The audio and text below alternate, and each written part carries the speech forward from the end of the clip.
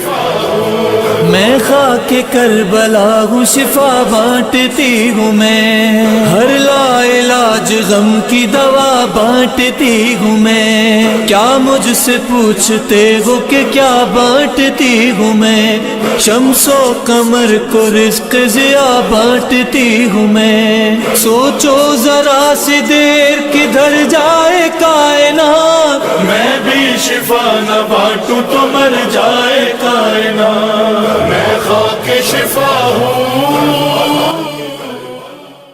ایک قدم اگر انسان آگے جائے اور دیکھے کہ ہمارے پاس بطور عزادار کیا تحفہ موجود ہے، تاریخ گواہ ہے کہ جب واقعہ کربلا کے بعد میرے مولا امام زین العابدین پلٹ کر مسافر بن کر کربلا سے آئے ہیں، تو آپ نے کربلا سے نکلتے ہوئے ایک مٹھی خاک قبر حسین سے اٹھائی تھی، اور جب بھی نماز پڑھتے تو اس بہترین خاک کے اوپر، کیونکہ سجدہ خاک پر ہے، سجدہ مٹی پر ہی کرنا ہے، جب مٹی پر ہی کرنا ہے تو کیوں نہ افضل ترین خاک پر کی جائے، لہٰذا اس افضل ترین خاک کو آپ نے اپنے ہمراہ رکھا اور ہمیشہ اس کے اوپر سجدہ کرتے، یہاں تک کہ یہ عزاداران کی اور حق پر چلنے والوں کی عادت، سیرت اور نشانی بن گئی۔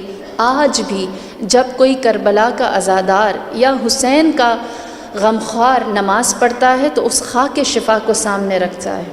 میں اور آپ خوش نصیب ہیں کہ ہماری نماز میں ساتھ خاک شفا کا ہے۔ یہ ایسی چیز ہے، خاک شفا کا ساتھ کیا ہے؟ آپ اگر اس بات کی اہمیت کو سمجھیں، میں نے ابھی نماز شروع نہیں کی، میں صرف تکبیرۃ الاحرام کو ذکر کر رہی ہوں، آپ اگر صرف اس بات کو سمجھیں کہ آپ کے سامنے کون سی خاک ہے جس پر آپ سجدہ کرنے والے ہیں، کیسے ہو سکتا ہے انسان کے لیے اللہ کی جانب متوجہ ہونا دشوار ہو جائے۔ یہ خاک کیا ہے؟ خاک شفا کی خاصیت کیا ہے؟ خاک شفا دوسروں سے افضل کس طرح ہو جاتی ہے اور یہ اپنی فضیلت کو کس طرح ثابت کرتی ہے، ہمارے لیے کس طرح واضح ہوگا کہ یہ افضل ہے۔ خاک شفا کی خاصیت یہ ہے کہ وہ خود تسبیح کرتی ہے، وہ خود کلام کرتی ہے، وہ خود خدا کا ذکر کرتی ہے، وہ خود اللہ کی یاد میں رہتی ہے۔ اسی لیے خاک ہے خاک، لیکن وہ ذکر خدا اسے شفا بناتا ہے، اس کے اندر شفا رکھا ہے۔ اسی لیے خاک شفا کو دوا نہیں کہا جاتا۔ دوا کیا چیز ہے جس کو کھائیں تو شاید علاج ہو جائے، شاید علاج نہ ہو۔ شفا کیا ہے؟ یقینی طور پر شفا ہے، علاج ہے اس کے اندر۔ لہٰذا وہ خود ذکر کرنے والی ہے، خاک شفا، اور اس کا ذکر اور ہمارا ذکر ایک ہے۔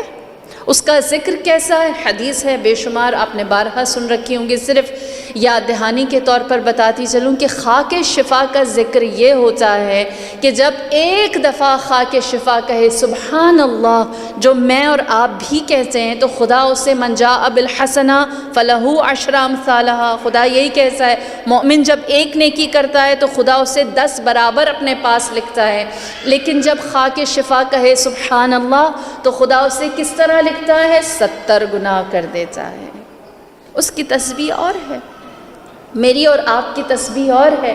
وہ خاک شفا کی دوسری خاصیت، پہلی یہ کہ خاک شفا خود تسبیح کرتی ہے، اس پر جب تسبیح کی جائے، جو ہم لوگ خاک شفا بطور تسبیح اپنے ساتھ بھی رکھتے ہیں، تو اس کے اوپر جب تسبیح کی جاتی ہے تو ہمارا یہ ارادہ اور نیت ہوتی ہے، ہمارا یہ انٹینشن ہوتا ہے کہ اگر ہم خاک شفا پر تسبیح کریں گے تو ہماری تسبیح قبول ہوگی۔ ایسا نہیں ہے کہ ہم کچھ اضافہ کر رہے ہیں، بلکہ خاک شفا ہماری تسبیح میں اضافے کا سبب ہے۔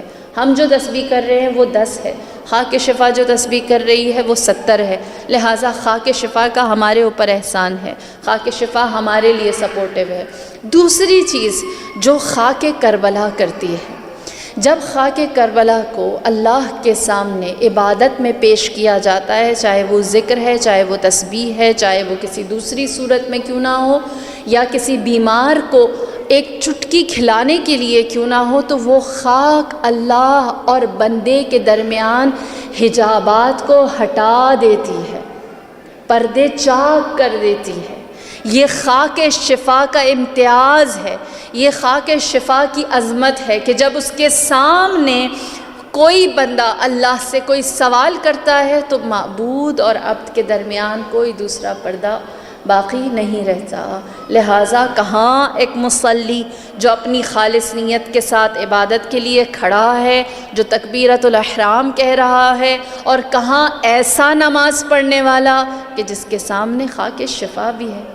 آپ بطور عزادار آپ کی نمازوں کا عالم اور ہونا چاہیے، آپ کی نمازوں کی رفعت اور ہونی چاہیے۔ ہم جو نمازیں انجام دے رہے ہیں وہ اہل بیت کی نمازوں کے ساتھ جب شامل ہو جاتی ہے، اس کے ساتھ جو حلو ہو جاتی ہے، تو یقینی سی بات ہے اس کا معیار اور درجے پر جاتا ہے۔